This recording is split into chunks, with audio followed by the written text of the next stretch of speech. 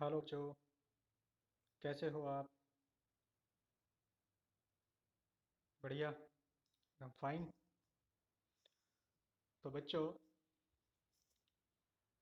आज मैं आपको पढ़ा रहा हूँ लाभ हानि नियोजन खाता, profit and loss appropriation account. तो profit and loss appropriation account basically होता क्या है कि जब कोई फर्म प्रॉफिट अर्न करती है, उसके बाद में उस प्रॉफिट को जो पार्टनर्स हैं फर्म के, वो आपस में बांटते हैं। वेतन के रूप में, बांटते हैं, या तुम्हारा बोनस, कमीशन, या पूंजी पर ब्याज लेते हैं, या आहरण पर ब्याज फर्म को देते हैं। तो उसके लिए जो खाता बनाते हैं हम, मतलब लाभ के बंटवारे के लिए जो खाता तैयार किया जाता है साझेदारों के लिए, उसे लाभ हानि नियोजन खाता कहते हैं। तो इस खाते के अंदर यदि आपने कोई प्रॉफिट कहाँ से आएगा? लाभ हानि खाते से। तो लाभ हानि खाते से ट्रांसफर हो पाएगा। तो लाभ हानि खाते में यदि आपने गलती से इंटरेस्ट ऑन कैपिटल घटा दिया है, या इंटरेस्ट ऑन ड्राइंग्स को डाल दिया है क्रेडिट साइड में, तो ये चीज़ें सब आपको ऐड बैक करनी पड़ेंगी वापस, क्योंकि ये चीज़ें वहाँ नहीं होनी है। ये सारी चीज़ों के लिए अलग से अकाउंट बनाया जाता है, profit and loss appropriation account, ये वहाँ पे दिखानी होती है। तो इसके बारे में लिखेंगे लाभ हानि नियोजन खाता, profit and loss appropriation account. साझेदारों के मध्य लाभ के बंटवारे के लिए जो खाता तैयार किया जाता है, उसे लाभ हानि नियोजन खाता कहते हैं। इस खाते में लाभ हानि खाते से लाभ हानि को अंतरित किया जाता है।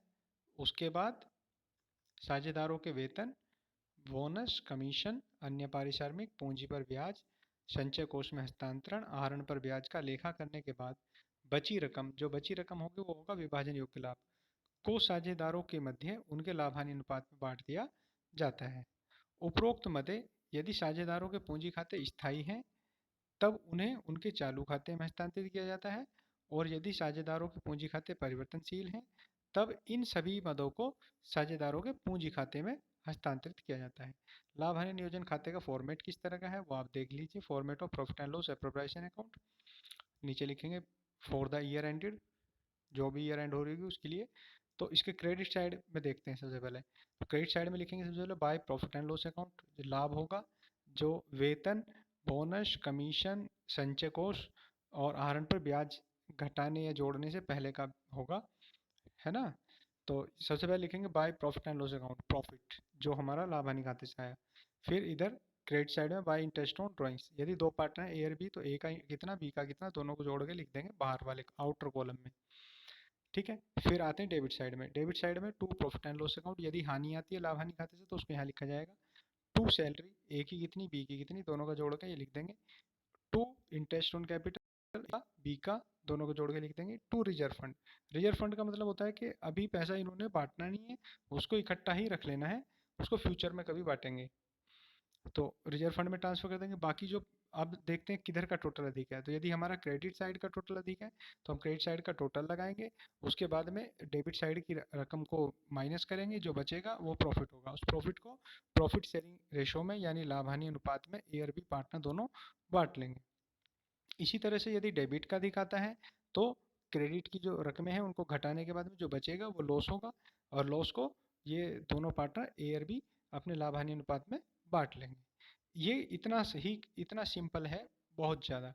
ये जो टू ए टू बी लिखे हैं, ये यदि अगर पार्टनर्स के कैपिटल अकाउंट फिक्स हैं तो ये सब करंट अकाउंट में ट्रांसफर हो जाएंगे, और यदि फ्लक्चुएटिंग कैपिटल है, परिवर्तनशील है, तो ये पार्टनर्स के कैपिटल अकाउंट में ट्रांसफर हो जाएंगे। तो आपको ध्यान देना है, यदि फिक्स है तो करंट में जाएंगे, यदि फ्लक्चुएटिंग है तो कैपिटल अकाउंट में जाएंगे। Thank you. बस आपको, आप आज यही फॉर्मेट बनाना है और उसको अच्छे तरह से 2-3 बार लिख के देख लेना है ना, कौन सा आइटम किधर आना है। ये छोटी छोटी वीडियो मैं इसलिए बना रहा हूँ ताकि आपको पढ़ने में आसानी रहे और मेरे को अपलोड करने में आसानी रहे, क्योंकि नेट इतना नहीं होता है। Okay bye, thank you.